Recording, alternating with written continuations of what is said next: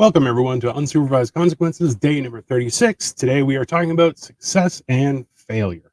I am your host, Dino the Genetic Marvel, and this is a chronicle of not only how I lost or how I went from over 450 pounds to a slender 278, but also some of the things that I've learned, roadblocks I've faced, how I overcame them, and all sorts of other information that I am doing here in the hopes that it will help or inspire other people to take the driver's seat of their life and keep on pushing forward. So today we're talking about success and failures. I think that a lot of people don't realize that they are not just attached, but they are the two sides of one coin. That coin being our existence. A lot of the times we try and focus on how we're successful. So, one of the keys to that is the quote that I used today for the thumbnail was success is not final and failure is not fatal. It is the courage to continue that counts. And that is attributed to Winston Churchill. So when he said that, what he was talking about specifically is that we've heard a lot of idiosyncrasies or colloquial statements such as, well, what did you do for me today? When you are successful, people warn of things like the arrive syndrome, where you kind of go, I finally did it, and now I can rest. When you're going, actually, when you achieve something, that's actually when things ramp up, right? When you hit a new personal best, a new record, a new ability, a new skill, it doesn't mean you're best at it. It means you now have the opportunity to incorporate that into your every part of your existence until you've mastered it. And like for myself right now, we have a lot of new subscribers, which I am very thankful for. And one of the things that they're being brought in by is my efforts to be able to do a chin up. So the starting of that process is being able to hang. So now I am just recovering. I had some injuries because I had to move some stuff around, and it was a whole big thing. But now I'm in my recovery. I'm trying to get back up. I was up to about 10 seconds, and I'm going to have to get up to 30 seconds before I can really start doing the next step. But in that means that all it's going to do is get harder. And the reason I want that is because it's my goal. It's what I'm looking for. It's what I want to achieve. But the fact is that, especially there's been times where I'll try and hang on, and I'll last for 2 seconds, 3 seconds, and I'm aiming for 10, right? And I'll let go. I'll stop my reel, still give a thumbs up. Why? Because it's about the effort. It's about that little bit that we put forward. And I know I make a lot of statements with regards to the idea of pushing ourselves forward and focusing on the positive things. It's not easy and it's not comforting. And you may feel or you do things so that you know that you've done them. However, it does not alleviate you from feeling like you have failed. And that is something that I go through on a daily basis. I don't feel like I'm being successful. I feel like a failure. But thank you, honey. So while I feel like a failure, what I know is that I'm building a foundation towards success. Um, a lot of people have said to me, so in this process over the last, well, I really ramped it up from October till now, but throughout this process, I've lost between 170 and 220 pounds ish in and around there. I know I was over 450. I don't know by how much, but that being said, one of the keys there where a lot of people were like, that's amazing. Nobody can do that. I did it. People say, oh, that's impossible. It's crazy. People don't do that. Okay. Doesn't make a difference.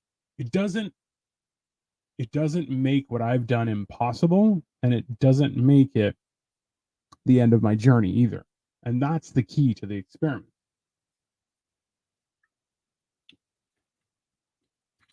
Knowing that every step, every piece of progress is the building blocks for the goals that I'm trying to achieve means that I have to secure, double secure, check, return to, and make sure they're all there just because I'm questioning the very foundation of my existence. Um, that's a lot of something that a lot of people go through, I find. And I know I went through it with my first marriage and divorce and kind of starting over new wasn't an easy thing, but I knew it was the right choice for me. Now, was it something that I would, wish on my worst enemy? Not really. It worked out for me. It does not work out for a lot of people, and that's a hard pill to swallow. But knowing full well that we have to actively grow and change, I know those things. I know those things to be true, and they've never been false. No one has proven them false, and I myself cannot prove them false. So I know that whatever foundation I'm building for this new future and this new existence, it means that I have to trust the process and my own maybe stubbornness or will to keep on going. Thanks, Serge. Glad you can make it, buddy. So one of the key components there, and one of those things is understanding that for every 1,000 failures that we have, we get one success. That's it. That's really how it works. And a lot of the times, um, that's on the low end, and it's a hard existence or a hard thing to stay consistent with. And a lot of the times we try and change our goals. We say, "Oh, I want to aim for the moon," but if you don't hit the moon, you're still going to be in the stars. Sure, or vice versa. I don't know what the statement is, but that's the thing is a lot of the times we try and adjust our goals to meet our effort instead of adjusting our effort or our commitment or our resolve to meet the goal.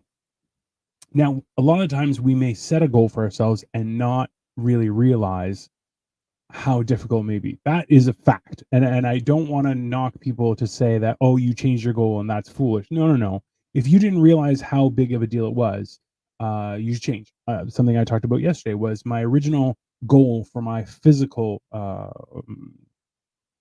athleticism, I guess you would call it, was the cliffhanger lift, where he was holding on with one arm and then he grabbed a woman and lifted her up with another arm. That's an incredible feat of strength and ability and all that. I don't think people can actually do that. It's easy to fall. Oh, it's so easy, Serge. It's so easy to fall back into bad habits. And that's something I was talking about with somebody the other day was the idea that misery doesn't just love company or want company. It gives it a warm embrace and a warm cup of something to welcome you, maybe a hot meal, and oh, come back. Oh, we loved you. We missed you just so you could be miserable together. And that is the hardest part. You're absolutely, and it makes it um, like quicksand when you're trying to get through and you want to move forward and that's one of those things where sometimes you have to move laterally. um, that was something that I had to do at work a few times and I hated every moment of it, but I can't say that it was wrong. It was more so you moved laterally to gain new skills in a different area, um, before you could move on, and it was a key component to how that would work. And in this, understanding that our failures, they mount like a mighty building. They keep on piling up and up and up and up and up. But if we do them thoroughly, I know how ridiculous that sounds. If we fail thoroughly enough, then the structure that we build with those failures not just help us achieve our successes, but they give us the opportunity to build on our successes as well. And the way I think about it is that you can build a pile of failure. Anybody can. That's easy. Children do it all the time, right? Or you can build a staircase of failure. You can build a elevator of failure. You can build whatever you want when it comes to that idea. And that only means that when you reach your successes, that those are like the quick build, simple, like, now we're gonna install a motor. Hey, that's great, And those kind of things are it's like we build a staircase and the success is snap of the fingers and now it's an elevator, right? Or an escalator. So I think I'll leave it there, is the idea that knowing that success and failure are attached at the hip, and our failures will greatly outweigh our successes. But when done with all the zeal and commitment that we have for success, it means that our successes will not only be worthwhile, but we'll see that both of those components are integral and require our involvement to no end.